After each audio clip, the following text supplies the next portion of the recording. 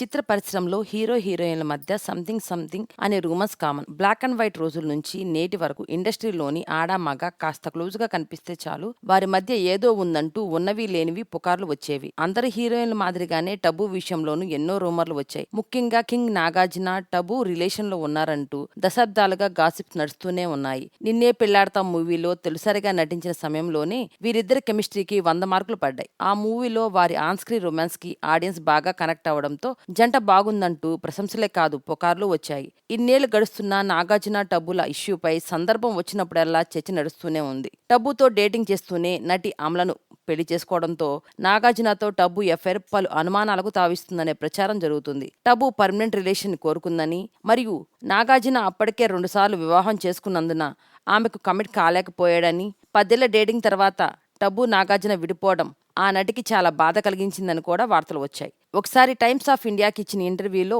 టబుతో తనకున్న అనుబంధం గురించి మాట్లాడిన నాగార్జున కేవలం ఆమె పేరు చెప్తేనే తన ముఖం వెలిగిపోతుందని చెప్పుకొచ్చాడు. టబు తనకు అత్యంత సన్నిహితుల్లో ఒకరని, ఎప్పటికీ అలాగే ఉంటారని ఆయన పేర్కొన్నారు. టబు హైదరాబాద్ వస్తే మా ఇంట్లోనే ఉంటుందని నాకు చెప్పారు.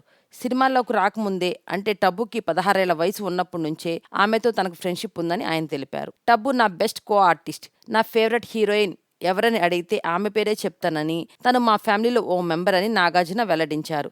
అమ్మా నాన్నలకు కూడా టబు అంటే చాలా ఇష్టమని, ఆమె అందరిలా కాదని చాలా ఎమోషనల్ అని ఆయన తెలిపారు. ఎప్పుడైనా బాధ కలిగితే అర్ధరాత్రి 2 గంటలకు కూడా నాకు ఫోన్ చేస్తుందని, హైదరాబాద్ వచ్చాయని చెప్తా అని నాకు గుర్తు చేశారు. టబు 2007లో కాఫీ విత్ కరణ్ షోలో మాట్లాడుతూ నాగార్జున తన జీవితంలో అత్యంత ముఖ్యమైన వ్యక్తుల్లో ఒకరని, వారి సంబంధానికి ఎలాంటి లేబుల్ ఇవ్వలేనని, అది తనకు ఎంతో ప్రియమైనదని తెలిపారు. ఈ వీడియో గురించి మీ సలహాలను కామెంట్ రూపంలో తెలియచేయండి. ఈ వీడియో కనుక మీకు నచ్చినట్లయితే లైక్ చేయండి మరియు తప్పకుండా సబ్స్క్రైబ్ చేయండి.